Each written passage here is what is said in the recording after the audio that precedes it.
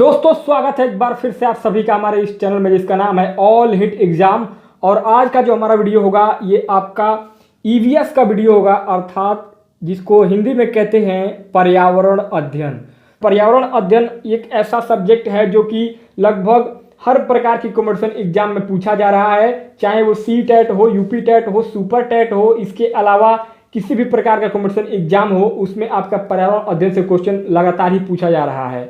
और ईवीएस को आप मान सकते हैं कि ये एक तरह से जीके और जीएस के रूप में इसको शामिल किया गया है और हर प्रकार के कॉम्पिटिशन एग्जाम में जीके जीएस पूछा ही जाता है, जैसा कि आप सभी लोग जानते हैं। तो उसी के लिए आपका ईवीएस भी इतना ज़्यादा महत्वपूर्ण सब्जेक्ट होता जा रहा है आज के एग्जाम के दौर को देखते हुए कि आप ईवीएस को इग्नोर नहीं कर सकते हैं, पर्यावरण अध्ययन को हल्के में नहीं ले सकते हैं।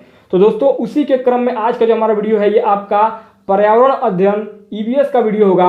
और मैं आपको बता दूं कि ये ईवीएस का 1000 महत्वपूर्ण प्रश्नों का ये हमारा सीरीज होगा, जिसमें कि हमने ईवीएस के 1000 जो महत्वपूर्ण प्रश्न है जो कि लगभग हर बार C TET, UP TET, super TET और सभी प्रकार के कॉम्पिटिशन एग्जाम में आ चुके हैं, उन्हीं महत्वपूर्ण 1000 प्रश्नों को मैं इस सीरीज में शामिल करूंगा। और इस 1000 महत्वपूर्ण पर्यावरण अध्ययन ईवीएस के सीरीज का पहला वीडियो होगा। तो दोस्तों बहुत ही जबरदस्त ये हमारा सीरीज चलेगा हमारे इस ऑल हिट एग्जाम चैनल पर ईवीएस का। और मैं ये दावा करता हूं कि अगर आप 1000 इन प्रश्नों को देख करके समझ लेंगे तो मैं ये उम्मीद करता हूं, ये दावा करता हूं कि आप लोगों को हर प्रकार की कंपटीशन एग्जाम में, चाहे वो सी टेट हो, यूपी टेट हो, सुपर टेट हो, इसके अलावा अगर कोई भी कंपटीशन एग्जाम हो, अगर उसमें पर्यावरण अध्ययन से क्वेश्चन पूछा जा रहा है तो आपको इन 1000 प्रश्नों में से जरूर वो क्वेश्चन, मैक्सिमम जो क्वेश्चन है वो आपको इस 1000 प्रश्नों में से मिल जाएगा। तो दोस्तों निवेदन करूंगा वीडियो को शुरू से लेकर आखिर तक जरूर देखिएगा। दोस्तों देरी ना करते हुए आज का वीडियो स्टार्ट करते हैं। पर्यावरण अध्ययन के 1000 महत्वपूर्ण प्रश्नों की सीरीज के पहले पार्ट के पहले वीडियो का पहला प्रश्न है आपके स्क्रीन पर। भारत का पहला जैव मंडल आरक्षित क्षेत्र कहां है? तो दोस्तों भारत का पहला जैव मंडल आरक्षित क्षेत्र आपका नीलगिरी तमिलनाडु में स्थित है। दूसरा प्रश्न है आपका साइबेरियाई सारस भारत कब आते हैं? तो दोस्तों साइबेरियाई सारस भारत में शीतकाल में आते हैं और वो भी केवलादेव घाना पक्षी अभ्यारण्य भरतपुर राजस्थान में आते हैं। अगला प्रश्न है आपका रामसर कन्वेंशन अर्थात रामसर सम्मेलन किससे संबंधित है? तो दोस्तों रामसर कन्वेंशन या रामसर सम्मेलन आपका आर्द्र भूमियों के संरक्षण व संवर्धन से, दोस्तों ये आर्द्र है, आर्द्र नहीं है। तो दोस्तों ये आर्द्र भूमियों के संरक्षण व संवर्धन से है। आर्द्र भूमि का मतलब होता है गीली जमीन, अर्थात नमी वाली मिट्टी जो होती है उसको आर्द्र भूमि कहते हैं। और उसी नमी वाली मिट्टी में सबसे ज़्यादा उपजाऊ होता है और उसी नमी वाली भूमियों का जो संरक्षण है और उसका संवर्धन है, उसी के लिए रामसर सम्मेलन हुआ था। और ये कब हुआ था दोस्तों रामसर सम्मेलन? तो ये आपका 2 फरवरी 1971 को हुआ था और ये प्रभावी हुआ था 21 दिसंबर 1975 को ये रामसर सम्मेलन प्रभावित हुआ था। और कहाँ हुआ था ये रामसर जो सम्मेलन हुआ था? ये आपका ईरान में हुआ था। कहाँ पर? ईरान में सबसे पहले आर्द्र भूमियों का सम्मेलन हुआ था और ये 2 फरवरी 1971 को हुआ था और प्रभावी हुआ था 21 दिसंबर 1975 को। और दोस्तों अगला प्रश्न है, इसके कॉप का जो सम्मेलन है वो प्रत्येक 3 वर्ष पर होता है। कब होता है? यानी कि रामसर सम्मेलन का जो होता है वो प्रत्येक 3 वर्ष पर होता है। अगला प्रश्न है आपका 2015 में इसका सम्मेलन कहाँ हुआ था? तो दोस्तों 2015 में इसका सम्मेलन हुआ था पुंता डेल स्टेट उरुग्वे में। कहाँ पे? पुंता डेल स्टेट उरुग्वे में 2015 में रामसर सम्मेलन हुआ था हाल ही में। दोस्तों अगला प्रश्न है आपका COP 13 जो हुआ था, यानी कि COP यानी कि इस सम्मेलन का जो 13वां संस्करण हुआ था वो आपका 2018 में दुबई संयुक्त अरब अमीरात में हुआ था। अगला प्रश्न है आपका रामसर साइट यानी कि रामसर के जो कुल साइट्स हैं वो रामसर साइट्स कुल 2231 रामसर साइट्स हैं और वो मार्च 2016 तक की ये गणना की गई है कि पूरे विश्व में जो रामसर जैसी भूमियां हैं यानी कि नमी वाली जो भूमि है वो 2231 जो है वो कुल जगह है, जिसका कि क्षेत्रफल है लगभग 2.1 मिलियन वर्ग किलोमीटर।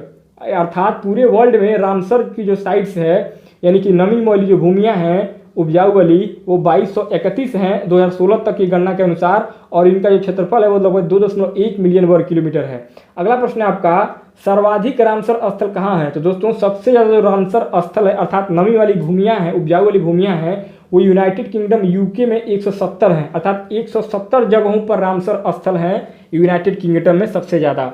अगला प्रश्न है आपका, सर्वाधिक रामसर स्थल क्षेत्र वाला देश कौन सा है? अर्थात सबसे ज़्यादा रामसर स्थल क्षेत्र वाला जो देश है वो आपका बोलीविया है। कौन सा देश है? बोलीविया। और बोलीविया में अर्थात ये आर्द्र भूमियों का क्षेत्र, वर्ल्ड लार्जेस्ट प्रोटेक्टेड वेट जो है, अर्थात आर्द्र भूमि का जो क्षेत्र है वो बोलीविया में है। और कितना है? 1.4 लाख वर्ग किलोमीटर सबसे ज़्यादा बोलीविया में है रामसर स्थल। और विश्व आर्द्र दिवस कब मनाते हैं दोस्तों? तो दोस्तों अगला प्रश्न है आपका, विश्व आर्द्र दिवस। तो दोस्तों विश्व आर्द्र दिवस आपका हर साल 2 फरवरी को मनाया जाता है।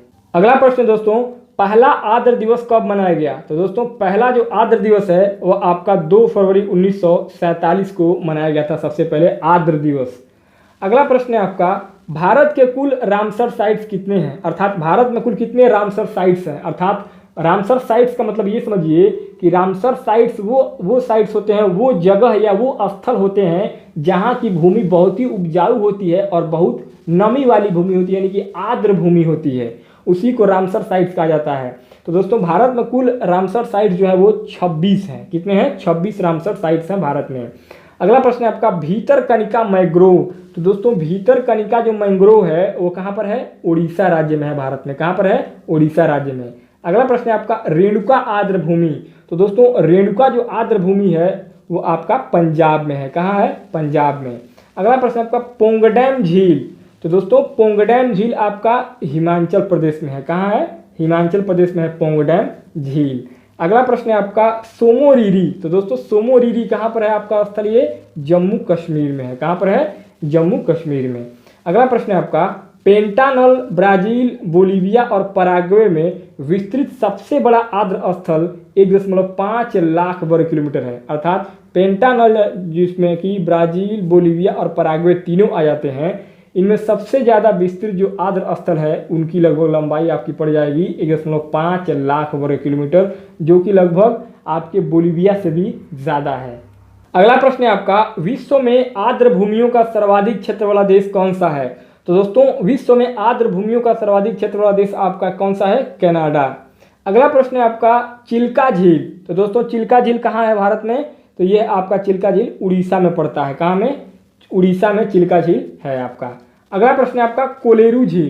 तो दोस्तों कोलेरू जो झील है वो आपका आंध्र प्रदेश में है। कहाँ है? आंध्र प्रदेश में पड़ता है कोलेरू झील। अगला प्रश्न है आपका, सांभर झील। तो दोस्तों सांभर झील आपका राजस्थान में है। कहाँ है? राजस्थान में। अगला प्रश्न है आपका, दीपोर झील। तो दोस्तों दीपोर झील जो है आपका ये असम में पड़ता है। कहाँ में? असम में। तो दोस्तों अगला प्रश्न है आपका, रामसर कन्वेंशन में सम्मिलित भारतीय स्थल। तो दोस्तों रामसर कन्वेंशन में सम्मिलित भारतीय स्थल जो है वो कैसे हैं? विस्तार से हैं। कैसे हैं? विस्तार से। अगला प्रश्न है आपका, नाल सरोवर पक्षी अभ्यारण्य।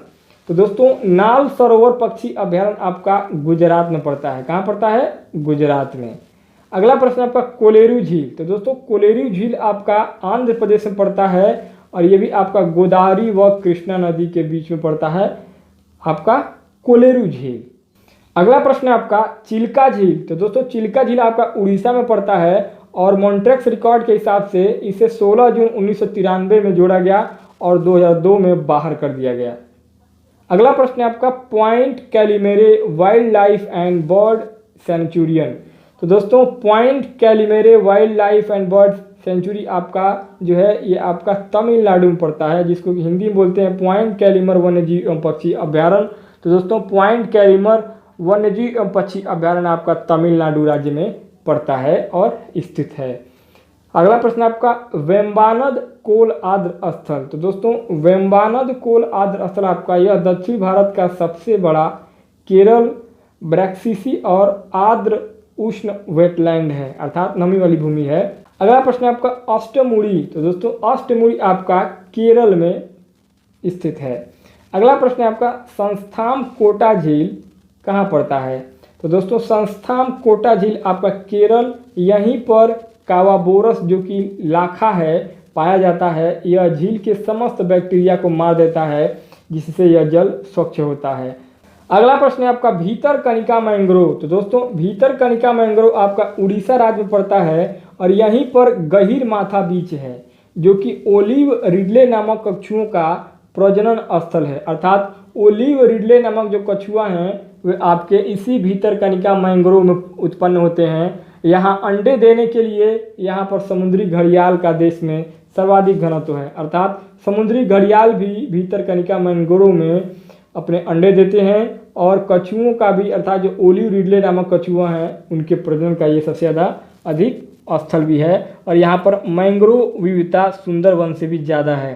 तो दोस्तों यहाँ पर जो मैंग्रोव की विविधता है वो सुंदरवन से भी ज़्यादा है। और सुंदरवन आपको कहाँ पड़ता है? पश्चिम बंगाल में पड़ता है। अगला प्रश्न है पूर्वी कलकत्ता वेटलैंड। तो दोस्तों पूर्वी कलकत्ता वेटलैंड जो है आपका ये पश्चिम बंगाल में पड़ता है। कहाँ में? पश्चिम बंगाल में आपका ये है पूर्वी कलकत्ता वेटलैंड। अगला प्रश्न आपका रुद्र सागर झील। तो दोस्तों रुद्र सागर झील आपका त्रिपुरा में पड़ता है। कहाँ पे? त्रिपुरा में स्थित है रुद्र सागर झील। अगला प्रश्न है आपका लोकटक झील जो कि मणिपुर में पड़ता है। इसे मॉन्ट्रेक्स रिकॉर्ड में 16 जून 1993 को जोड़ा गया। और कारण पर्यावरणीय समस्या जैसे वनों की अत्यधिक कटाई, वाटर हाइसिंथ का अत्यधिक विस्तार। अगला प्रश्न है आपका डिपोर झील। तो दोस्तों डिपोर बिल आपका असम में पड़ता है। कहाँ पे? डिपोर बिल असम में। अगला प्रश्न है आपका सांभर झील। तो दोस्तों सांभर झील जो झील है आपका ये राजस्थान में पड़ता है। अगला प्रश्न है आपका केवलादेव राष्ट्रीय पार्क। तो दोस्तों केवलादेव राष्ट्रीय पार्क आपका राजस्थान में स्थित है। और मॉन्ट्रेक्स रिकॉर्ड में इसे 4 जुलाई 1990 में शामिल किया गया। यह विश्व धरोहर स्थल में भी शामिल है, जिसका राष्ट्रीय पार्क और पक्षी अभ्यारण्य भी है। अर्थात केवलादेव राष्ट्रीय पार्क आपका एक तरह से विश्व धरोहर स्थल भी है और राष्ट्रीय पार्क भी है और ये पक्षी अभ्यारण्य भी है। इसको शामिल करने का कारण है जलाभाव व असंतुलित चरवाही। तो दोस्तों इसमें जो है वो जलाभाव है, अर्थात जल की थोड़ी कमी है और इसमें असंतुलित चरवाही होती है। यहाँ पर एक घास पास पालम डिस्टिचम जो कि बहुत ज़्यादा मात्रा में पाया जाता है, जिसके कारण यहाँ पर साइबेरियाई सारस का आना काफ़ी कम हुआ है, क्योंकि यह घास उपयुक्त नहीं है। तो दोस्तों इसी की वजह से आपका ये जो केवलादेव राष्ट्रीय पार्क है वो प्रसिद्ध है, अर्थात राजस्थान में पड़ता है केवलादेव राष्ट्रीय पक्षी अभ्यारण्य। और विश्व धरोहर स्थल में भी शामिल है और राष्ट्रीय पार्क भी है और पक्षी अभ्यारण्य भी है। अगला प्रश्न है आपका ऊपरी गंगा नदी। तो दोस्तों ऊपरी गंगा नदी जो है ये आपका उत्तर प्रदेश के ब्रिज घाट से नरोरा तक है। कहाँ तक है? ऊपरी गंगा नदी जो है आपका उत्तर प्रदेश राज्य में स्थित है और ये ब्रिज घाट से नरोरा तक है। अगला प्रश्न है आपका सोमोरिरी। तो दोस्तों सोमोरिरी क्या है? सोमोरिरी आपका जम्मू कश्मीर में स्थित है। यह ब्लैक नेक्ड कॉर्नर अर्थात काले गर्दन वाले सारस तथा बार हेडेड गीज के लिए चीन स्थल के बाद एकमात्र प्रजनन स्थल है। यहाँ पर गेट तिब्बतियन भेड़ और तिब्बतियन जंगली गधा भी पाए जाते हैं, जो कि एक आस्थानिक प्रजाति है। तो दोस्तों इस प्रकार से आपका सोमोरिरी क्या है आप लोग समझ गए होंगे। अब आगे बढ़ते हैं दोस्तों। अगला प्रश्न है आपका कोरजोक। दोस्तों कोरजोक क्या है? यह दुनिया का सर्वाधिक कल्टीवेटेड स्थल है। क्या है? दुनिया का सबसे ज़्यादा कल्टीवेटेड स्थल है कोरजोक। अगला प्रश्न है आपका चंदेर तल आर्द्र स्थल। तो दोस्तों चंदेर तल आर्द्र स्थल आपका हिमाचल प्रदेश में पाया जाता है और यहाँ पर पाए जाने वाले जो जीव जंतु होते हैं वो snow leopard, Himalayan ibex, golden eagle और ब्लू शिप जो है ये मैक्सिमम पाए जाते हैं चंदेर तल आर्द्र स्थल में। अगला प्रश्न है आपका रेणुका आर्द्र स्थल। तो दोस्तों रेणुका आर्द्र स्थल आपका हिमाचल प्रदेश में है। पोंगडेम झील हिमाचल प्रदेश में, हरिके झील पंजाब में, कांजली झील पंजाब में, श्रीनगर में आपका मंसाल झील पड़ता है। होकेरा आर्द्र स्थल आपका जम्मू कश्मीर में स्थित है। कूलर झील, तो दोस्तों कूलर झील आपका जम्मू कश्मीर में स्थित है। अगला प्रश्न है आपका भोज आर्द्र स्थल। तो दोस्तों भोज आर्द्र स्थल आपका मध्य प्रदेश में है। रोपर आर्द्र स्थल, तो दोस्तों रोपर आर्द्र स्थल आपका पंजाब में है। अगला प्रश्न है आपका भारत का राष्ट्रीय जलीय जीव। तो दोस्तों भारत का राष्ट्रीय जलीय जीव आपका डॉल्फिन होता है। अगला प्रश्न है आपका भारत सरकार जलवायु एवं पर्यावरण का अध्ययन का राष्ट्रीय संस्थान। तो दोस्तों भारत सरकार जलवायु एवं पर्यावरण का अध्ययन का राष्ट्रीय संस्थान गंडकी में स्थापित करेगी।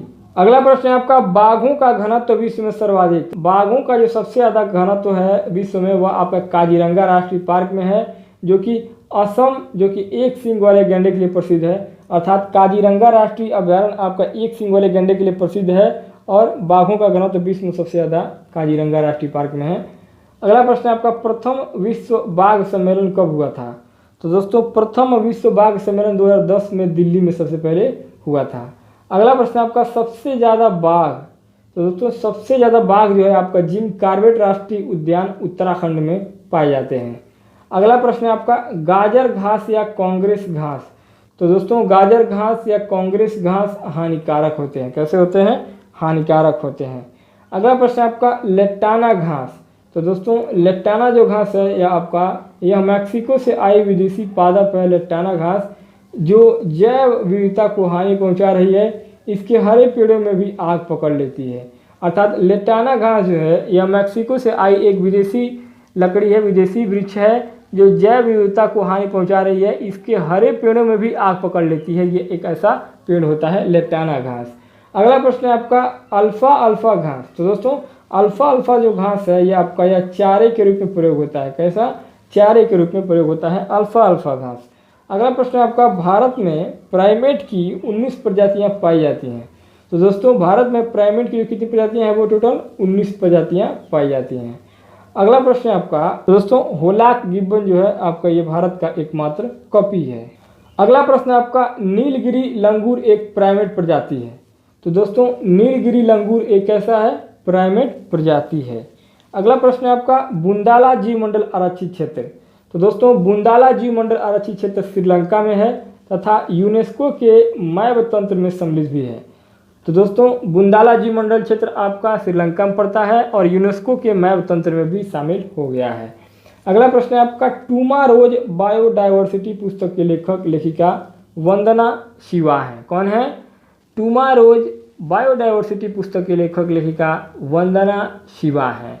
अगला प्रश्न है आपका इबुकी क्या है? तो दोस्तों इबुकी ग्रीन हाउस गैस मापने के लिए एक जापान का उपग्रह है इबुकी। अगला प्रश्न है आपका IUCN, तो दोस्तों IUCN क्या होता है? IUCN का मतलब रेड डाटा बुक जारी करने वाली संस्था है, उसी को IUCN कहते हैं और इसका मुख्यालय ग्लैंड में है जो कि स्विट्जरलैंड में पड़ता है। अगला प्रश्न है आपका मॉन्ट्रियल प्रोटोकॉल, तो दोस्तों मॉन्ट्रियल प्रोटोकॉल आपका कनाडा शहर में होता है और इसका संबंध ओजोन सुरक्षा से संबंधित है। अर्थात मॉन्ट्रियल प्रोटोकॉल ओजोन सुरक्षा से संबंधित है। अगला प्रश्न आपका भारत विश्व के 12 मेगा डाइवर्सिटी वाले देशों में शामिल है। कितने? भारत 12 मेगा डाइवर्सिटी वाले देशों की सूची में शामिल है। अगला प्रश्न आपका वर्तमान में विश्व में कुल 34 हॉट स्पॉट है। कितने? अर्थात वर्तमान में विश्व के कुल जो हॉट स्पॉट हैं वो टोटल कितने हैं? 34। अगला प्रश्न है आपका शोला जंगल, तो दोस्तों शोला जंगल आपका पश्चिमी घाट में पाए जाते हैं। कहाँ पे? पश्चिमी घाट में। अगला प्रश्न है आपका देश में हाथी परियोजना, तो दोस्तों देश में हाथी परियोजना 1900 में सबसे पहले लागू की गई। अगला प्रश्न है आपका देश में बाघ परियोजना, तो दोस्तों भारत देश में बाघ की जो परियोजना है वो 1973 में लागू की गई। अगला प्रश्न आपका हाथी को राष्ट्रीय विरासत पशु घोषित किया गया, तो दोस्तों हाथी को राष्ट्रीय विरासत पशु घोषित किया गया अक्टूबर 2010 में। अगला प्रश्न आपका कार्टाजेना प्रोटोकॉल किससे संबंधित है? तो दोस्तों कार्टाजेना प्रोटोकॉल आपका जैव सुरक्षा से संबंधित है।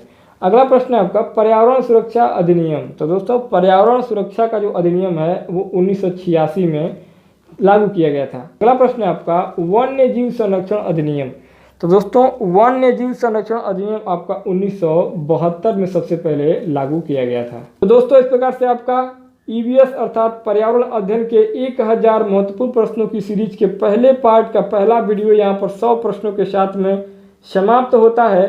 तो दोस्तों अगर ये वीडियो आप लोगों को अच्छा लगे और आपके एग्जाम के लिए लाभकारी साबित हो तो आप लोग बेशक हमारे चैनल को सब्सक्राइब करके हमारे साथ जुड़ जाएं ताकि आने वाली वीडियो की नोटिफिकेशन आपको लगातार और सबसे पहले मिलते रहे और आपकी तैयारी इस चैनल पर बहुत अच्छे तरीके से होती रहे।